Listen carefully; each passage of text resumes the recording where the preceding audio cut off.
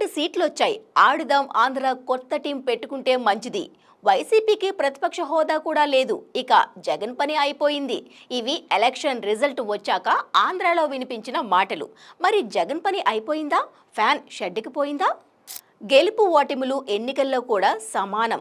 గెలవాలని సంబరపడడం, ఓడామని నిరాశ చెందడం నిక్కాసైన రాజకీయ నాయకుడు చెయ్యకూడదు.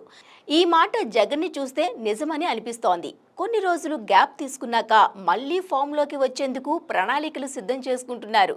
యుద్ధానికి మళ్లీ సిద్ధం అని సంకేతాలు ఇచ్చేస్తున్నారు.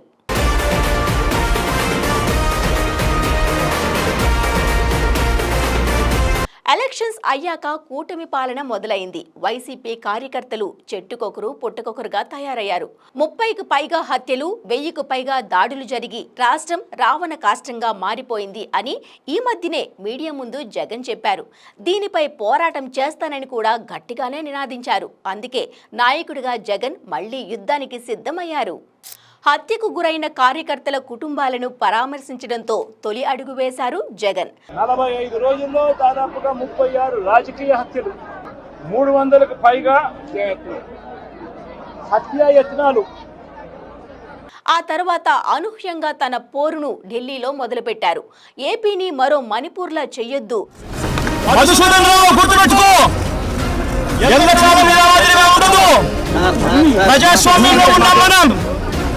మీ టోపీ మీద ఉన్న సింహాలకు అర్థం ఏమిటో తెలుసా? అధికారంలో ఉన్న వాళ్ళకు సెల్యూట్ కొట్టడం కాదు, ప్రజాస్వామ్యాన్ని కాపాడడం కోసం మీరున్నారు, గుర్తుపెట్టుకోండి. నరమేధం ఆపండి అంటూ జంతర్ మంతర్ వద్ద ధర్నా మొదలుపెట్టారు. Lokesh Chandrababu Naidu sons holding this red book and this red book being captured in the form of hoardings. Party ఎంపీలు, ఎమ్మెల్యేలు, కార్యకర్తలు అందరూ అక్కడ చేరారు. జగన్ కు అఖిలేష్ యాదవ్, ఉద్ధవ్ ఠాక్రే ఇంకా ఇతర పార్టీ ఎంపీలు మద్దతు తెలిపారు.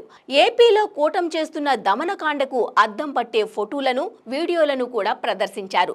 దీంతో బీజేపీ కూటమికి వ్యతిరేకంగా జగన్ మళ్లీ సమర శంఖారావం పూరించినట్టే అయింది.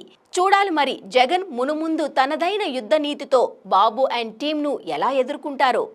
జరిగిన వాస్తవాల మీద మనకు సంఘీభావం తెలిపిన ప్రతి పార్టీకి కూడా, వాళ్ళ నాయకులకు కూడా, అందరికీ కూడా మనసారా కృతజ్ఞతలు తెలుపుతున్నాను. మనందరి తరపున, వైఎస్ఆర్ కాంగ్రెస్ పార్టీ తరపున.